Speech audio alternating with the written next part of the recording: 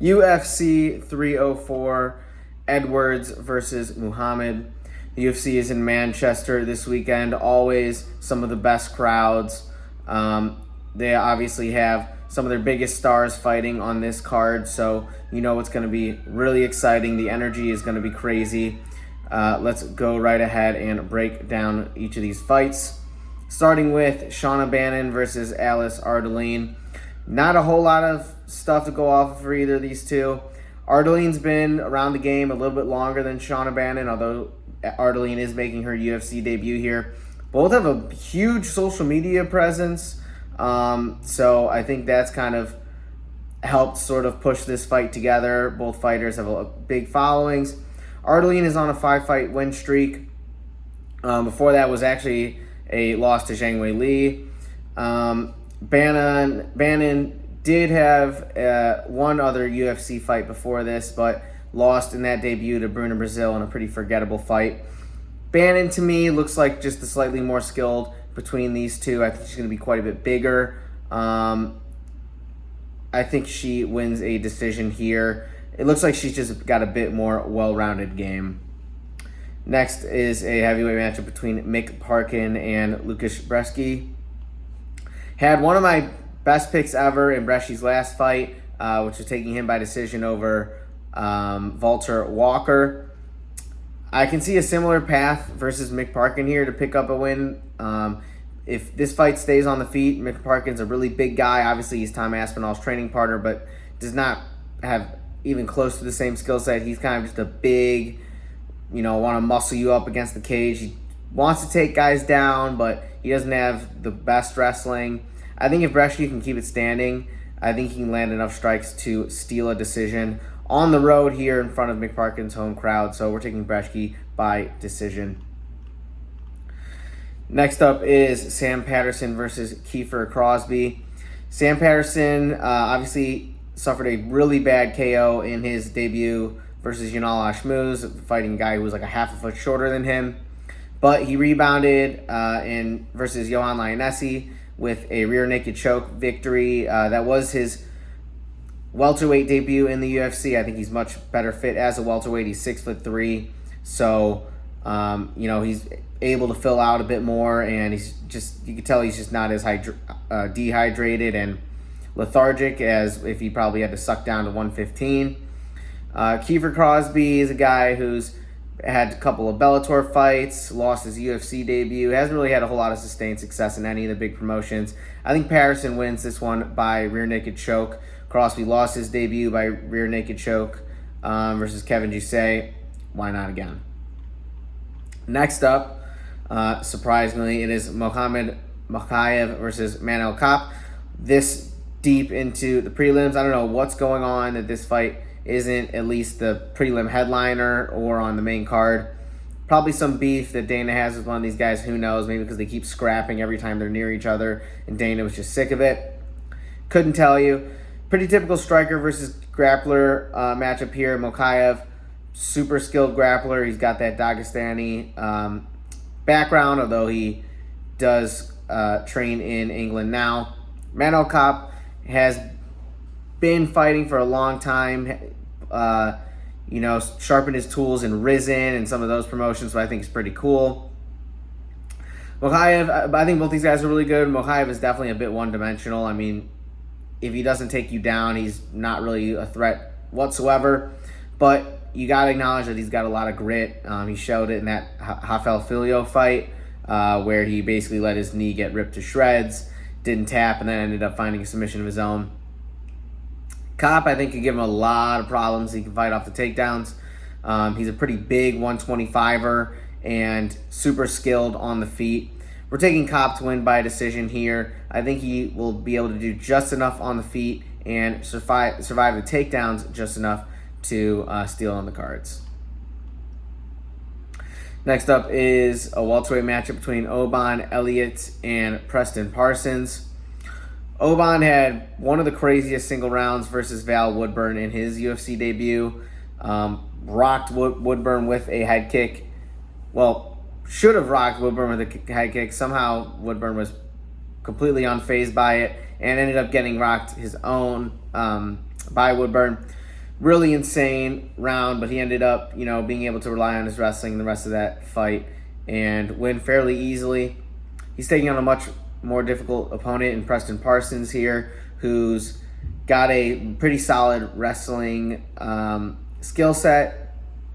He's a lot more tight and conservative, I guess you could say, compared to Oban Elliott, who's going to kind of just brawl a bit and be a bit sloppier and unpredictable on the feet. I can see Parsons selling out for a takedown here, though, and giving up his neck. He almost did it in his last fight to Semmelsberger, and I think Elliott's got a bit better of a submission game. We're taking Elliott to win by guillotine specifically. I think Parsons has shown that he kind of panics, shoots for takedowns, and that could definitely be an issue if a guy gets his wraps around your neck. So Elliott by submission is the pick. We go to the light heavyweight division for our next fight between Modestas, Bukauskas, and Marcin Prachnio. Prachnio had that win over William Knight. I think that was in his last outing, unless he had a fight between then and now. Knight was basically a big punching bag. I don't know if people are really taking a whole lot of positives out of that fight. Knight did not swing one time. He just kind of leg kicked him to death. Bukauskas definitely has the more complete striking arsenal between these two. He's the much more dangerous guy. I don't think he's going to be afraid of what Prachnio is throwing back at him. And I just like Bukauskas' game. He's dangerous. I think he's got that good mix of aggressiveness while also having accuracy and being somewhat defensively responsible. We're taking Bukauskas to win by KO. Next up, we have Jake Hadley, who is moving up to the bantamweight division to take on Caolán Loughran. Hadley has had a pretty rough go. I mean, I'm pretty sure at some point he was 10-0 coming into the UFC Dana White Contender Series, but given up a few as of late, most recently to Charles Johnson, who's on a bit of a tear himself. He's moving up to 135, and I think Loughran is, he's not going to be much taller than Hadley, so that's mitigating some of the issues of moving up in weight classes. But I think Loughran's going to be just a lot thicker. I think he's going to fill out, even though Hadley did miss weight. I expect Loughran to be the bigger, stronger guy in there, and I just think he's going to be a bit too physically imposing for Jake Hadley. I think he's just going to muscle him, take him down, and win a decision. Next up is a strawweight fight between Molly McCann and Bruna, Brasil. I remember Bruna blowing me away in her Dana White Contender Series win. She had that head kick KO. Definitely one of the best highlights in Contender Series history. Hasn't done a whole lot since joining the UFC, though. She's, I want to say, 500 or a little bit below, maybe 1-2. Molly McCann's going to have the juice of the Manchester crowd. So she's coming in with that little Scouser bump off the bat. I think she looks a lot better at strawweight than she did at flyweight. She's proven that she's able to make the weight, and she looks a bit quicker and just not being dwarfed by her opponents like we saw when she was going up against some of the flyweights. We know Molly McCann has a lot of power. I think she finds a finish here. Bruna Brasil I think she's just going to put the gas on, and Bruna Brasil is going to be running all around the ring, and McCann will just find a way to get the finish eventually. Next up is a featherweight fight between Nathaniel Wood and Daniel Pineda. I'm a big fan of Daniel Wood's game. He's a really tough guy to get a hold of. I think he defends takedowns well, and I really just like his approach to the striking. He has a good way with his leg kicks. He can be the pressuring fighter and push the pace a bit and get people moving backwards, but he can also kind of show patience and really counter strike. He did it versus Andre Fili, landed a beautiful straight right counter that just super impressive. Hard guy to hit. Lost that fight to, I believe it was Muhammad Naimov, but everyone who watched that knows that he absolutely should have won that fight. Pineda is a bigger featherweight, which could pose some issues against a guy like Nathaniel Woods, who is kind of one of those tweeners, probably natural, but would be best at like a 140-pound weight limit. So he might try to bully Nathaniel Wood, shove him up against the cage, but Wood's too savvy. He's got too much experience, and he's too skilled to just allow that to happen. And I do think he'll just show levels in the striking game and find a KO versus Daniel Pineda, who finds a way to get hit a lot in his fights. Next up is what I believe is our prelim, either the first fight on the main card or the feature prelim. Arnold and Allen taking on Giga Chikadze. Super sick fight here in the featherweight division. Giga was starting to kind of be that guy who no one wanted to fight, rewinding to like 2020, 2021, when he was just finishing people with those body kicks. But then he ran into Calvin Kattar, who beat the brakes off of him for 5 rounds, and I think it hasn't really been seen since. He's definitely super dangerous in the beginnings of fights. I worry about his gas tank, but I mean, the liver kicks are just crazy, and those are the type of shots that it just doesn't matter how tough you are. Those are just going to put you away if he lands it clean. That being said, I think it's going to be hard to get those kicks off versus a aggressive, forward-moving fighter like Arnold Allen, who's got a great gas tank, really solid striking, and is just really, physically athletic and got fast hands and stuff. I think Allen's just the better striker out of these two. Maybe if, this was like a kickboxing match, you could give Giga a bit of the edge just with the kicks, but I think Arnold's got the better hands between these two. I think he's going to be putting the pressure on. Giga's not going to be able to get those kicks off, and especially if this goes late, I think Allen's just going to outdog him. When it's, both fighters are tired, I'm just going to give the edge to Arnold Allen every time there. So I think Arnold Allen wins a decision in that matchup. Next up is a middleweight matchup between Christian Leroy Duncan, CLD, and Gregory Rodriguez, RoboCop. CLD is a super athletic, flashy striker. He throws spinning wheel kicks, teep kicks. He does it all the different types of kicks with the crazy names. He pulls them out, which is really cool seeing a middleweight do. Had it bad. I don't think it was his debut, but it was basically his debut because his original debut, his opponent just tore his ACL really early on. Couldn't really see him. He came up against a guy in Armin Petrosian who also has that kickboxing, pretty conventional background, and really could not really get his offense off in that fight, and ended up losing a decision. Rebounded with back-to-back KOs versus Claudio Ribeiro and Dennis Loughran. Obviously, lesser opponents in the middleweight division. Who Ribeiro is definitely dangerous. Loughran is, he's not really dangerous at all on the feet, but he handled his business. He did what he had to do, and now he's got a top middleweight matchup versus a guy who probably no one wants to fight. RoboCop is definitely just violence above all else. He's gonna just run at you and stand straight up and just swing. I think CLD is the more patient guy here and much better defensively. RoboCop stands really straight up. That chin is wide open in the air. We saw Bruno Ferreira put him out with one punch because he just got so reckless. It's going to be a tough matchup because RoboCop's just so big and so aggressive, but I think CLD, we haven't really seen him let his hands go too much, and he doesn't have that one-punch knockout power in his hands. He doesn't really plan his feet and get his shots off.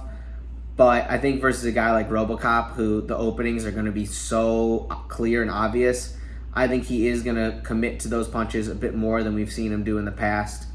And I think he's going to find a KO here versus RoboCop. Next up, it is King Green versus Paddy Pimblett. The matchup I've been calling for it feels like at least a year, if not 2 years at this point. The UFC fed Paddy Pimblett Tony Ferguson in his last fight. I thought that Bobby Green, the artist formerly known as Bobby Green, was the clear and obvious choice for a Pimblett opponent. Why give him the guy who's on a 7-fight losing streak? Whatever, Paddy did what he had to do, and I guess the UFC listened to myself and countless others, and they said, all right, let's prove it versus King Green. So obviously I think Green is probably the better fighter pretty much everywhere. I think he's much better on the feet, a lot slicker striking, and he's been in the game for long. He's got more experience, and he's going to be a tough guy to take down. But Paddy's jiu-jitsu is no joke. We've seen him submit a bunch of guys already, and so I think he's going to have the submission threat going into this one. He's got the home crowd on his, behind him, which we have yet to see him lose, period, but especially with the home crowd.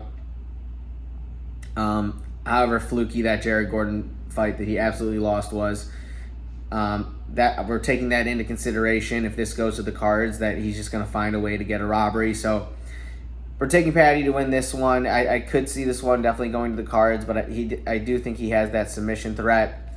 And, Bobby Green had a sick performance versus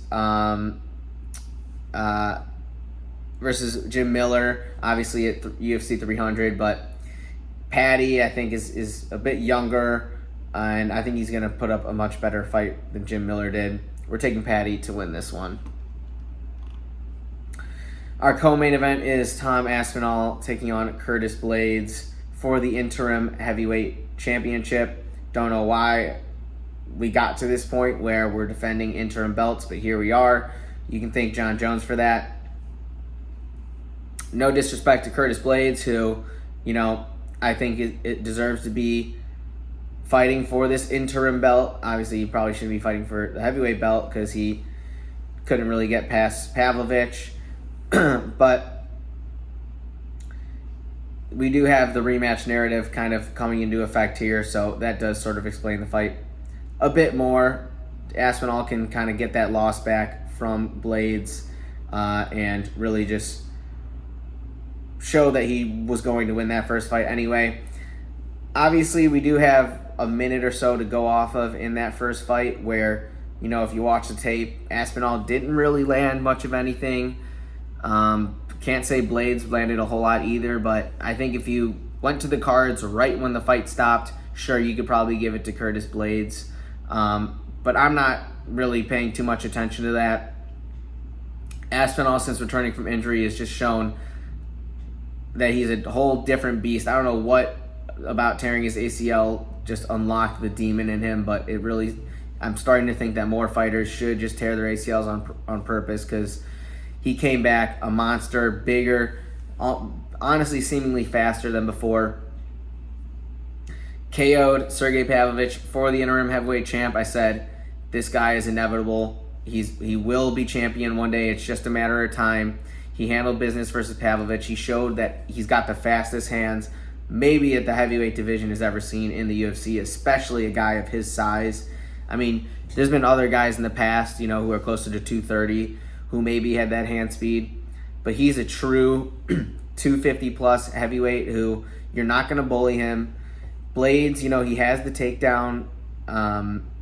He has the ability to shoot for a takedown here, but he couldn't really take down Pavlovich. We haven't really seen him be able to implement the grappling a whole lot, or at least enough in these 5-round fights that he's had to really secure the win. I just don't see that really being a feasible strategy for Curtis Blaydes. Got a lot of respect for the guy, and I think he's probably the best heavyweight who's not a current champion or interim champ. I think you can easily anoint him that, but Aspinall is just too dangerous on the feet, too powerful, and he's going to find a KO in this one. It's just a matter of time. So Aspinall by KO is the pick there. I expect him to stuff a takedown, and at that point, it's a wrap. Finally, we have our main event. It is Leon Rocky Edwards taking on Belal Muhammad for the welterweight belt. Feels like a long time coming for Belal. The UFC was definitely tentative to give him a title shot because He is boring as all get out to watch. But I definitely think that there's no other person who deserves it more than him right now. He definitely has earned his shot here, and I'm glad they finally gave it to him.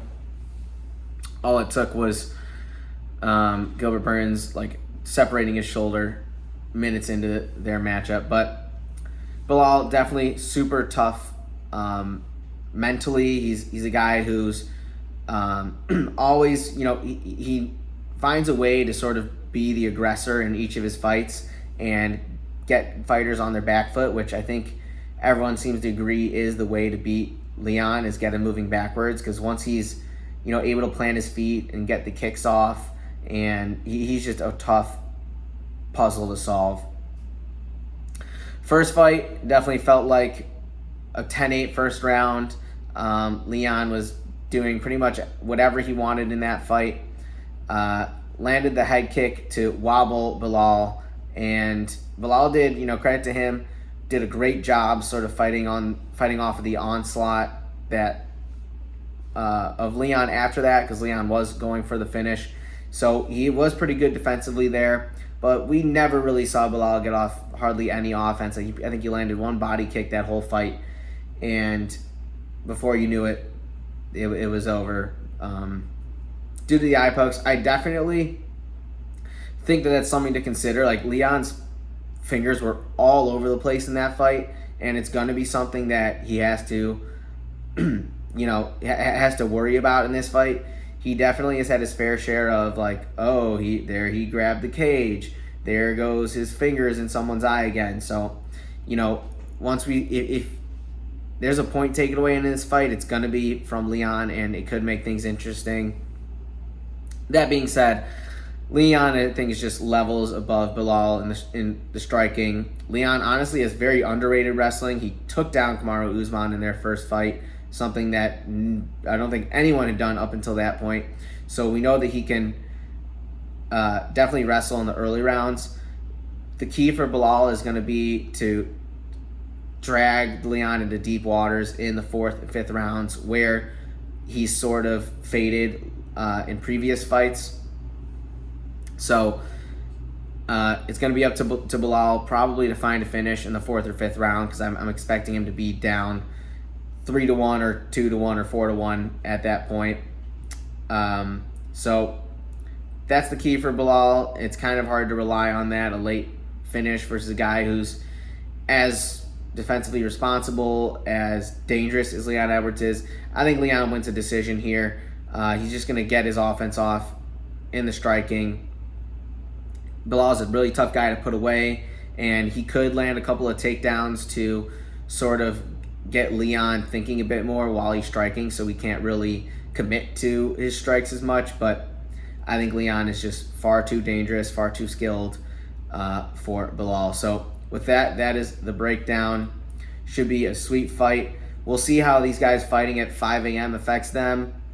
Who knows? Leon seems to be taking the scientific approach. Sounds like Belal might just be shotgunning a Red Bull and just going out there. So should be really interesting. Like and subscribe. We'll catch you on the next one.